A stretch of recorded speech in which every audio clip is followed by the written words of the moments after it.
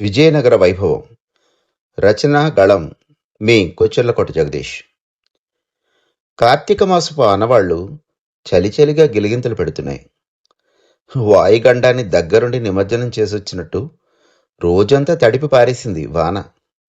అందుకే నవంబరిలోకి దిగడమే వర్షంతో కూడిన చలి మొదలైంది. మల్లెదండికి మధ్యలో మరువం తగిలించినట్టు. బాగుంటుంది కదా. ఊళ్ళో తనకేవో చిన్న చిన్న పనులున్నాయట. చాలా రోజులుగా అడుగుతోంది పాపం. అవివి కారు పట్టే రోడ్లు కావు. తప్పనిసరిగా బండి మీద పోవాల్సిందే. ఒకటి మిక్సీ జారు బాగు చేయించుకోవాలి.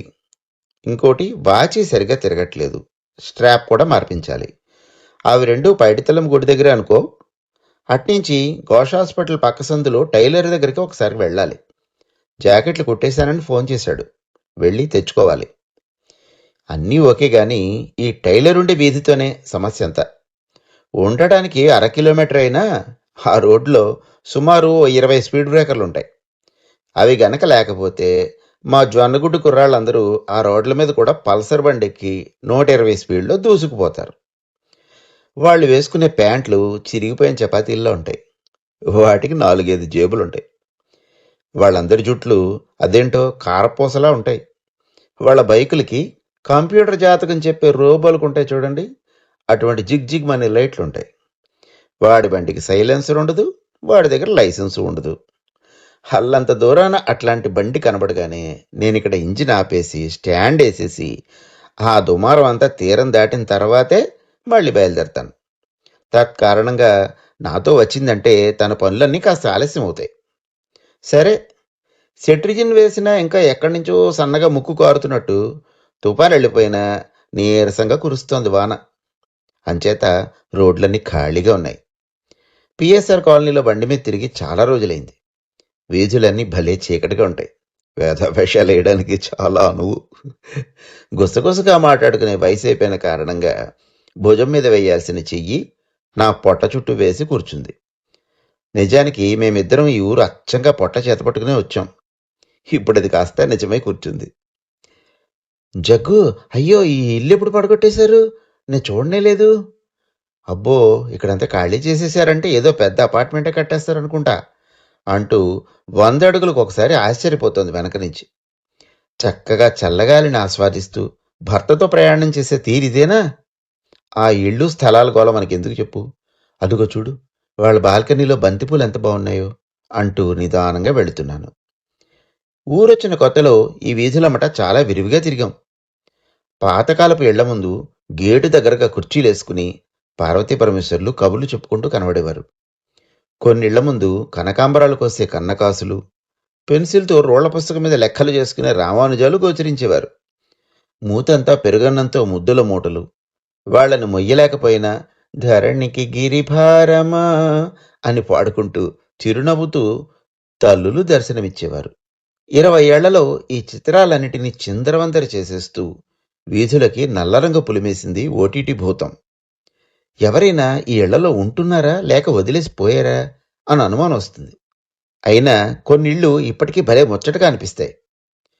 ఆరుబయట కిటికీలో గుట్టుగా వెలుగుతున్న కార్తీక దీపం ఒకటి కనువిందు చేస్తోంది, నల్లని శివలింగం మీద 3వ కన్నులా మెరుస్తూ. చీకటికి భయపడొద్దంటూ పాదులకి పొదలకి ధైర్యం చెబుతూ. కాస్తంత ముందుకెళితే పిల్లల జీవితాల్ని గట్టెక్కించేశామన్న ఆనందంతో అయ్యకోనటి గట్టెక్కి కబుర్లు చెప్పుకుంటూ చతికిలబడ్డాయి 2 చేతికర్రలు. ఆంజనేయస్వామి గుళ్ళో గంట విని హారతిని అక్కడి నుంచే కళ్ళకద్దుకున్నాయి. కీళ్ళీ కొట్ల ముందు స్వాతి జ్యోతి ముఖచిత్రాలు చూస్తూ లోటలేసే కుర్రాళ్ళు ఇప్పుడు మొబైళ్లలో తలమునకలై ఉన్నారు. పక్కన ఎవడో రీలింగ్ సెన్సేషన్ వచ్చి పడిపోయినా రీల్స్ చూడడం మాత్రం ఆపట్లేదు. గేదెలన్నీ ఇంటి ముఖం పట్టాయి. వాటికి ఇంటి అడ్రస్ అది ఎలా గుర్తుంటుందో దుంపల దగ్గ. దక్షిణ గట్టు దగ్గరికి రాగానే కుడివైపుకి తిరిగా నేను. మినిస్టర్ కాన్వాయ్లో ప్రోటోకాల్ వాహనంలాగా వాటి వెనకాలే వెళుతూ అవలా టర్నింగ్ తిరగగానే టాటా చెప్పేసి బండి స్పీడ్ పెంచాను. శంకరమఠంలోంచి బయటకొచ్చిన బ్రహ్మగారు పలకరింపుగా నవ్వారు. ఆలయ ముఖద్వారం దగ్గరుండే మారేడు చెట్టు గర్వంతో ఊగుతోంది. ఈ నెలంతా నా చుట్టూ తిరుగుతారు మీరంతా అంటూ 3 ఆకులు గుత్తులు 4 ఎక్కువే కనబడుతున్నాయి. అమ్మవారి గుడి ముందు కొత్త బళ్ళు పార్క్ చేసి పూజ జరిపిస్తున్నారు అయ్యవారు. ధగధగల దీపకాంతుల్లో వీధంతా మెరుస్తోంది. ఈ మధ్యేగా పండగ అవుతా ఆ వైభవం ఈ సీజన్ అంతా ఉంటుంది. ఆ పక్కగా బండాపమంటూ హుకుం జారీ అయింది. గుడి ముందే చీరలు పూజా సామాగ్రి అమ్ముతోంది ఒక అమ్మాజీ. అమ్మవారికి పెట్టడానికి చీరలు చూపించు అంది మా ఆవిడ. ఇగో ఈ చూడండమ్మా, మొక్కుబడి చీరలో. మొక్కులకి అందరూ ఇయే తీసుకెళ్తారు.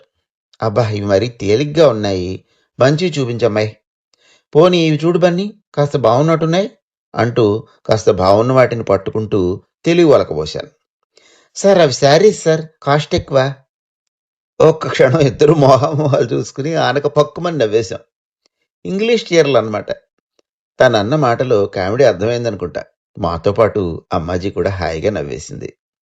దర్శనానంతరం రాజరాజేశ్వరి షాప్కి ఏడుకొండలకి వెళ్ళి మిక్సీని వాచిని తిరిగేలా చేయించుకుని ఇప్పుడు అసలైన రోడ్లోకి ప్రవేశించాం.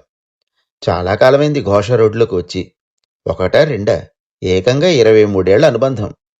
పగలు రాత్రి ఎండా వాన అంటూ తేడా తెలియకుండా తిరిగిన రోడ్లవి. ఎన్ని వేల పసి ప్రాణాలు మా చేతుల మీదుగా భూమి మీద పడ్డాయో.